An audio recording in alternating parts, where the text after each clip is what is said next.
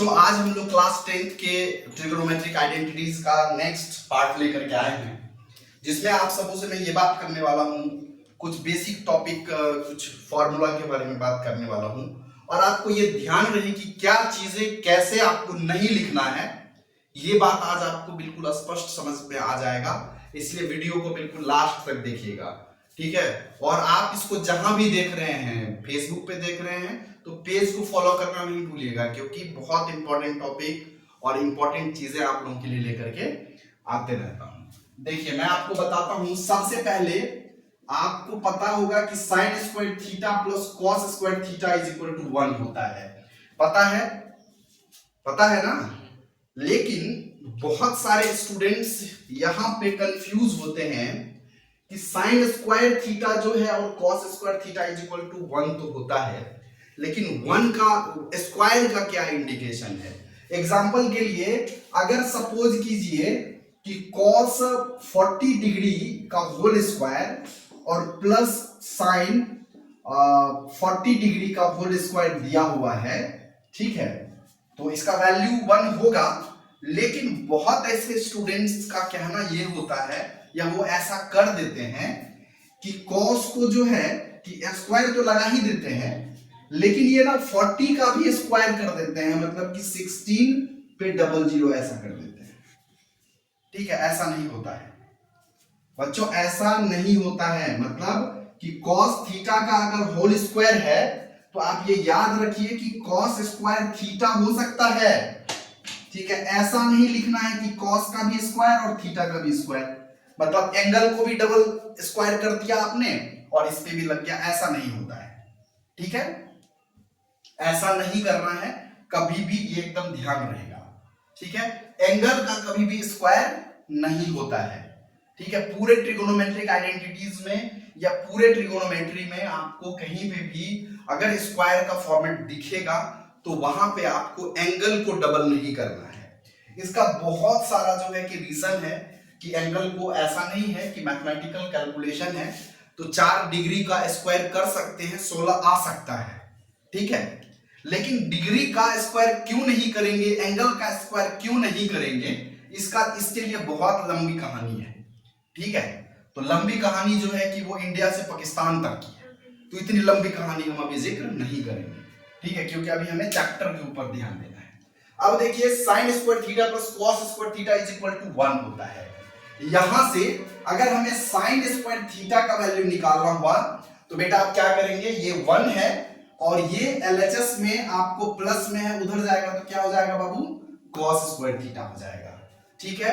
मतलब sin square theta is equal to 1 minus cos square theta होगा। अगर आपको यहां से cos स्क्वायर थीटा का वैल्यू फाइंड करना होगा तो क्या करेंगे आप, ये 1 है, 1 माइनस आपको क्या कर लेना है, यहां पे sin स्क्वायर थीटा है, ठीक है जी। कोई दिक्कत यहां तक। अब आपको मैं बताता हूं कि ये जो आपका है sine square theta is equal to 1 minus cos square theta, तो कभी कभी आपको साइन थीटा का भी वैल्यू निकालने के लिए दे सकता है। तो ये जो स्क्वायर है ये LHS टू RHS जाएगा तो क्या हो जाएगा, अंडर रूट में चेंज हो जाता है। याद रहे कि बेटा ये जो स्क्वायर है, इस स्क्वायर को अगर हम लोग शिफ्ट करेंगे LHS टू RHS तो ये किस चीज में चेंज हो जाएगा बेटा, ये रूट में चेंज हो जाएगा और लिखा जाएगा 1 माइनस cos स्क्वायर थीटा, ठीक है। इसी तरीके से cos square theta is equal to 1 minus sin square theta होता है। अगर हमें यहाँ पे cos थीटा का वैल्यू निकालना होगा तो हम क्या करेंगे, इस स्क्वायर को अगर आप लेफ्ट टू राइट RHS में शिफ्ट करेंगे तो आपको ये स्क्वायर में चेंज हो जाता है और यहाँ पे आपको sin स्क्वायर थीटा देखने को मिलेगा, ठीक है। तो एक फॉर्मूला आपको याद करना है, क्या याद करना है, sine square theta plus cos square theta is equal to 1। इससे आप जो है कि साइन स्क्वायर थीटा का भी वैल्यू निकाल सकते हैं, साइन थीटा का वैल्यू निकाल सकते हैं, कॉस स्क्वायर थीटा का वैल्यू निकाल सकते हैं और आपको साइन थीटा का भी वैल्यू आप आराम से निकाल सकते हैं, ठीक है।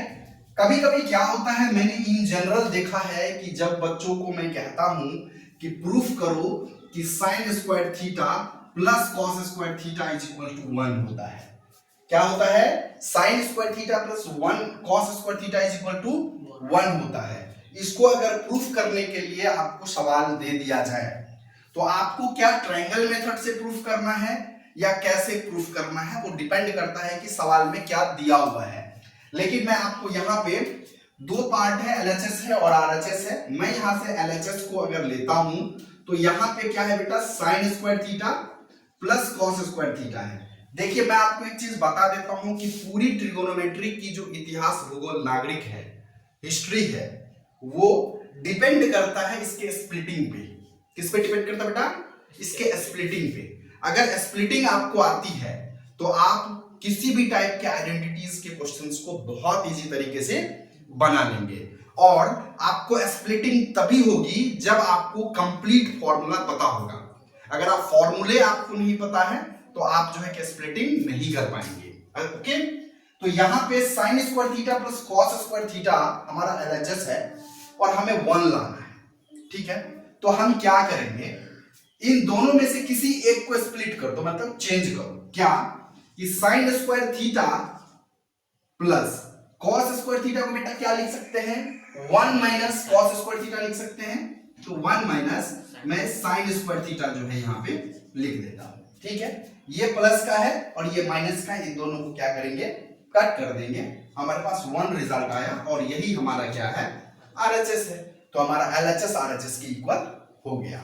ठीक है, इसे भी प्रूफ कर सकते हैं, ऐसे भी बनाया जा सकता है, लेकिन ये डिपेंड करता है कि आपका सवाल कितने नंबर का है या सवाल में क्या कह रहा है कि ट्रायंगल मेथड से आपको प्रूफ करना है कि कैसे करना है। समझने के लिए आपको जो ट्रायंगल मेथड मैंने बताया वो एकदम जो है कि बेस्ट तरीका है। ठीक है, आई बात समझ में? यहां तक कोई दिक्कत है तो धीरे से बोलिए और प्यारा सा कमेंट करके बताइए कि भाई हमें नहीं आया समझ में, मैं दोबारा आपको बताऊंगा। ठीक है, और हमारे को जो है कि इंस्टाग्राम पे भी आप फॉलो कर सकते हैं। इंस्टाग्राम पे भी हमारा लिंक दिया हुआ है डिस्क्रिप्शन में, आप वहां जाकर के इंस्टाग्राम पे भी आप जो है कि चीजों को देख सकते हैं। ठीक है, क्लास 10th का जो है कि पूरा फ्रेश हम आपके लिए सीरीज लेकर के आएंगे बोर्ड में। और हर संडे, इस संडे के बाद जो अगला संडे आएगा, हर संडे को हम लोग जो है कि क्वेश्चन बैंक बनाएंगे हर चैप्टर से रिलेटेड। तो आप लोग जो है कि वीडियो को देखना नहीं भूलिएगा और सब्सक्राइब जरूर कर लीजिएगा। अगर इसको फेसबुक पे आप देख रहे हैं तो पेज को फॉलो जरूर कर लीजिएगा। ठीक है, तो मिलते हैं फिर नेक्स्ट टॉपिक के साथ, तब तक के लिए जय हिंद।